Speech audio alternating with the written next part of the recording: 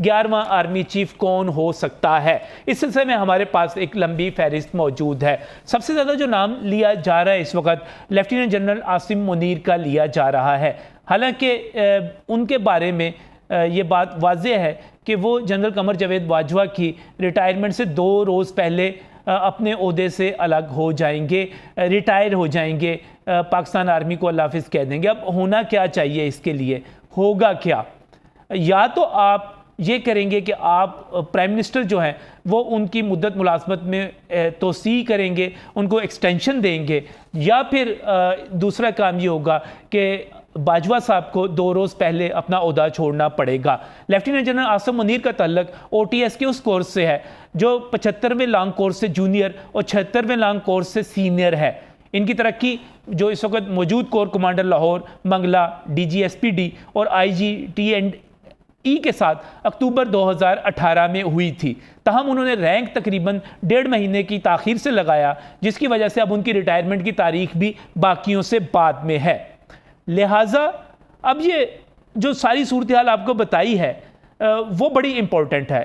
Lieutenant general Asim Munir के बारे में ये कहा जा रहा है कि वो आर्मी चीफ के साथ साथ इस वक्त chairman joint chiefs of staff committee के ओहदे के मुंतखब होने के अहल हैं, क्योंकि उनकी रिटायरमेंट के दिन जनरल आसिम हाजिर सर्विस होंगे। लेकिन आर्मी चीफ के लिए जो है वो दूसरा उनको थोड़ी सी एक्सटेंशन चाहिए होगी। इस वक्त साहिर शमशाद साहब का नाम लिया जा रहा है joint chief of staff committee के लिए, लेकिन चेयरमैन के तौर पर और आर्मी चीफ के तौर पर लेफ्टिनेंट जनरल आसिम मुनीर का नाम लिया जा रहा है। लेकिन चूंकि 28 नवंबर को ये अपने ओहदे पर नहीं होंगे, लिहाजा हम ये नहीं कह सकते कि आसिम मुनीर साहब जो है वो सबसे सीनियर इस वक्त कहला सकते हैं। सबसे सीनियर जो उस वक्त 28 तारीख को समझे जाएंगे वो लेफ्टिनेंट जनरल साहिर शमशाद मिर्ज़ा होंगे।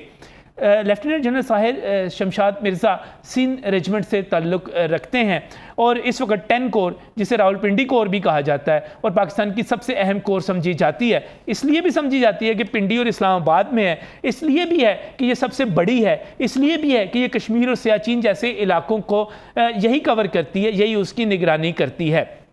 वो इससे पहले चीफ ऑफ जनरल स्टाफ भी तैनात रहे, वो vice chief of general staff भी रहे और उसके बाद वो चीफ ऑफ जनरल स्टाफ भी बने। उन्होंने बतौर मेजर जनरल डेरा इस्माइल खान की डिवीज़न कमांड की, जो उस वक्त जनूबी वज़ीरिस्तान में होने वाले ऑपरेशंस की निगरानी कर रही थी। लेफ्टिनेंट जनरल साहिर शमशाद मिर्ज़ा इस वक्त जो सोशल मीडिया पर इतलात हैं, और जाहिर है उनको हतमी नहीं कहा जा सकता, वो आर्मी चीफ के लिए उनका नाम नहीं लिया जा रहा, उनका नाम जो है chairman joint chiefs of staff committee के ओहदे के लिए लिया जा रहा है। लेकिन मैं फिर कहूँगा कि ये सारी की सारी क़ियास आराइयाँ हैं। हतमी फ़ैसला पाकिस्तान की क़यादत करेगी, वो क़यादत करेगी जिसमें फ़ैसला साज सारे के सारे शामिल होंगे। लेफ्टिनेंट जनरल साहिर शमशाद मिर्ज़ा, आप ये कह सकते हैं कि ये, अब जब मैं ये बात करता हूँ कि मैंने आपके सामने सीनियर लोगों को रखना है, इसकी वजह यह है कि ये फैसला हो चुका कि नीचे से जूनियर को लाकर प्रमोट करके सीनियर्स को नज़रअंदाज करते हुए उन्हें इस्तीफे पर मजबूर करते हुए बंदा नहीं लाया जाएगा। तो हम उन्हीं बंदों को डिस्कस करेंगे जो इस वक्त ऊपर 5-6 जगहों पर मौजूद हैं। आप साहिर शमशाद मिर्ज़ा साहब को सीनियरिटी में दूसरे पे भी रख सकते हैं, पहले पर भी रख सकते हैं। पहले पर इसलिए, जो मैंने पहले आपको वजह बयान की कि उस दिन 28 तारीख को आसिम मुनीर साहब जो है या तो वो एक्सटेंशन लेकर मौजूद होंगे वरना मौजूद नहीं होंगे। लेफ्टिनेंट जनरल अज़हर अब्बास, ये दूसरा नाम है। सीनियरिटी में आप इनको कह सकते हैं कि ये दूसरे नंबर पर हैं और इस वक्त जो इनका तल्लक है वो बलोच रेजिमेंट से, इस वक्त नहीं बल्कि बलोच रेजिमेंट से इनका तल्लक है और वो भी चीफ ऑफ जनरल स्टाफ के तौर पर तैनात रहे हैं। इन्होंने भी इससे कबल जो 10 कोर है उसकी कमांड की है और इन 2 ओहदों की हद तक अज़हर अब्बास साहब जो है ये बिल्कुल साहिर शमशाद मिर्ज़ा, उनकी प्रोफाइल एक जैसी हमें मिलती है। लेफ्टिनेंट जनरल अज़हर अब्बास अपनी पर्सनैलिटी की वजह से, अपनी शख्सियत की वजह से भी फ़ौज में ख़ासी शोहरत रखते हैं। अज़हर अब्बास जो हैं वो major general commandant infantry school तैनात रहे। वो साबिक फ़ौज का जो सरबराह थे अशफाक परवेज़ कियानी साहब, उनकी तरह मरी के GOC भी रहे, वो जनरल राहील शरीफ के प्रिंसिपल सेक्रेटरी भी रहे और वो बतौर lieutenant general director general joint staff भी रहे। यानी कि आप ये कह सकते हैं कि लेफ्टिनेंट जनरल के तौर पे और इससे पहले उनका जो एक्सपीरियंस है वो बेहतरीन है। उस एक्सपीरियंस का कोई मुकाबला अगर किया जाएगा तो ज़ाहिर है साहिर शमशाद मिर्ज़ा साहब हैं उनके मुकाबले पे, और वो हैं और एक बड़ा नाम है, बड़ा मोतबर नाम है। हम जब बात करते हैं अपने लेफ्टिनेंट जनरल्स के हवाले से तो इस वक्त जितने भी लेफ्टिनेंट जनरल्स हैं वो एक सख्त छलनी से बिल्कुल वहाँ से छानबीन करके वो ऊपर आते हैं। वो अपने तजर्बे में, अपने प्रोफेशनलिज्म में किसी से पीछे नहीं होते। सीनियरिटी में जो तीसरा नाम लिया जा रहा है इस वक्त वो लेफ्टिनेंट जनरल नोमान महमूद का लिया जा रहा है।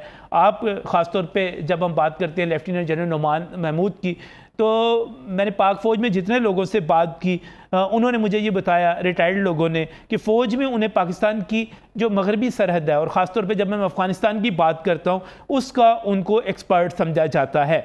और ये जो ख़ानदान है इसके हवाले से भी बताया गया कि इनके वालिद कर्नल राजा सुल्तान 1971 की जंग में शामिल थे और वो मिसिंग इन एक्शन ऑफिसर हैं। यानी वो मिसिंग इन एक्शन क्या होता है, ये वो लापता हो गए थे और ये नहीं पता कि वो शहीद हो गए, वो ज़िंदा हैं, वो क्या है। तो इनको एक एजाज़ हासिल हुआ कि इन्होंने अपने वालिद की यूनिट की भी कमांड की। इस वक्त लेफ्टिनेंट नोमान महमूद जो है नेशनल डिफेंस यूनिवर्सिटी के प्रेसिडेंट हैं और पेशावर के कोर कमांडर भी तैनात रहे हैं। चौथे नंबर पे मैं जाना चाह रहा हूँ, बहुत ही अहम नाम है, लेफ्टिनेंट जनरल फैज़ हमीद हैं और उनको हम सब जानते हैं। इनका तल्लुक बलोच रेजिमेंट से है। ये जनरल कमर जवेद बाजवा के चीफ ऑफ स्टाफ भी रहे, ये ISI के सरबराह भी रहे। और मैं इसमें जो जनरल बात करूँगा आपसे कि इमरान खान साहब की पसंदीदा शख्सियत समझे जाते हैं और कहा जाता है कि वो इनको आर्मी चीफ लगाना चाहते थे। लेकिन लेफ्टिनेंट जनरल फैज़ हमीद जो है एक प्रोफेशनल फ़ौजी के तौर पे और एक ऐसे फ़ौजी के तौर पे जो अपना काम पूरा करने की अहलियत रखता है। ख़ास तौर पे जब हम अफ़गानिस्तान की तरफ देखते हैं, तालिबान के दौर की वहाँ पर दोबारा को देखते हैं, तो हमें एक बड़े ही प्रोफेशनल, बड़े परफेक्ट फ़ौजी के तौर पर नज़र आते हैं। लेकिन ये भी बहुत ज़्यादा डिस्कस होने वाली शख्सियत है। डिस्कस क्यों होते रहे वो हम सब जानते हैं और बहुत ज़्यादा सोशल मीडिया पे इनका नाम आता रहा। और इमरान खान साहब ने बाद में कहा कि वो ऐसा कुछ नहीं चाहते थे, लेकिन ये अपनी जगह मौजूद है। लेफ्टिनेंट जनरल मोहम्मद आमिर भी मौजूद हैं और ये गालिबन सबसे ज़्यादा खामोश रहने वाले जो है अफसर के तौर पे तल्लक उनके तौर पे शोहरत रखते हैं। आर्टिलरी से इनका तल्लक है। साबिक सदर आसिफ जरदारी के मिलिट्री सेक्रेटरी भी रहे। आर्मी चीफ साबिक जो राहील शरीफ हैं, आप उनके डायरेक्टर जनरल स्टाफ ड्यूटीज़ रहे। लाहौर डिवीज़न की कमांड की इस वक्त गुजरावाला की कमांड कर रहे हैं। इसके बाद लेफ्टिनेंट जनरल चिराग हैदर भी हैं, आपका तल्लक फ्रंटियर फोर्स रेजिमेंट से है। पाकिस्तान मिलिट्री एकेडमी से नहीं, ऑफिसर ट्रेनिंग स्कूल से उन्होंने कमीशन हासिल की, वो भी बहुत अहम है। ये तमाम शख्सियात हैं और मुझे आखिर में इन तमाम का तारुफ करवाते हुए आपसे सिर्फ एक बात कहनी है कि आप लोग जो कहते हैं ना कि पाक फ़ौज का सरबराह जो है मेरिट पे होना चाहिए, बहुत आइन के मुताबिक होना चाहिए, मैं आपको पूरे यकीन से कहता हूं कि मेरा हर लेफ्टिनेंट जनरल जो है वो प्रोफेशनल है। मैं पूरे यकीन से आपको कहता हूं वो ईमानदार है, वो मुहिब्बे वतन है, वो प्रोफेशनल है। हमारा जो भी आर्मी चीफ आएगा इंशाअल्लाह ताला पाकिस्तान के बेहतरीन मुफाद में अपना किरदार अदा करेगा। अल्लाह ताला पाकिस्तान में आइन की सरबुलंदी करे, जमहूरियत का तसलसल रखे, पाकिस्तान जिंदाबाद के नारे लगाने वालों के ख्वाब शर्मिंदा ताबीर हों।